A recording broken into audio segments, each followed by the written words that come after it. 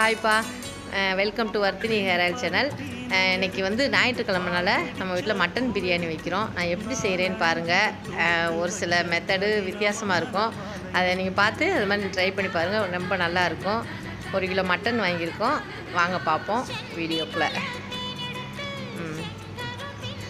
Oil ஊற்றினோன்னே 2 spoon நெய் ஊற்றுவேன்.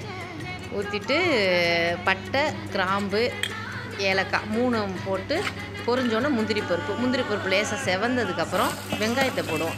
வெங்காயம் போடுறப்பே அந்த ரம்பையில் போட்டுருவேன். அது வந்து போட்டு வதக்கி பாருங்களேன், நல்லா வாசமாக இருக்கும். அதுக்கப்புறம் 2 ஸ்பூன் இஞ்சி பூண்டு விழுது, ஒரு கைப்பிடி சின்ன வெங்காயத்தை ஒரு பல்ஸ் முள்ள போட்டு அதையும் போட்டு வதக்கி பாருங்கள், ரொம்ப சூப்பராக இருக்கும். அது போடுவேன்ப்பா. அப்புறம் மட்டன் போட்டு நான் சக்தி மசாலா பிரியாணி பொடி தான் போடுவேன். ஒரு 1/4 அப்படி அரிசிக்கு ஒரு பாக்கெட் கரெக்டாக இருக்கும். அப்புறம் 3 தக்காளி வெட்டி வச்சுருப்போம், அதையும் போட்டு ஸ்லோவில் விட்டுட்டு மூடி வச்சிடணும். அது கொஞ்சம் நொஞ்சு வர்றதுக்குள்ளே இங்கிட்டு வந்து தேங்காய் பால் அரிசிக்கு தகுந்த மாதிரி 1 டம்ளர் அரிசினா 1.5 டம்ளர் தண்ணி வைக்கணும். ஏன்னா இது வந்து ஜீரக சம்பாவில் பண்ணுறேன். தேங்காய் பால் 1/2 மூடி தேங்காய் பால் சேர்ப்பேன். அப்புறம் அந்த மசாலா நல்லா வெந்ததுக்கப்புறம் அதில் போட்டு குக்கரில் போட்டு உப்பு போட்டு மூடி ஒரு கொதி வந்ததுக்கப்புறம் கொஞ்சோண்டு 1 லெமன் ஊற்றி ஒரு ஸ்பூன் தயிர் போடுவேன்.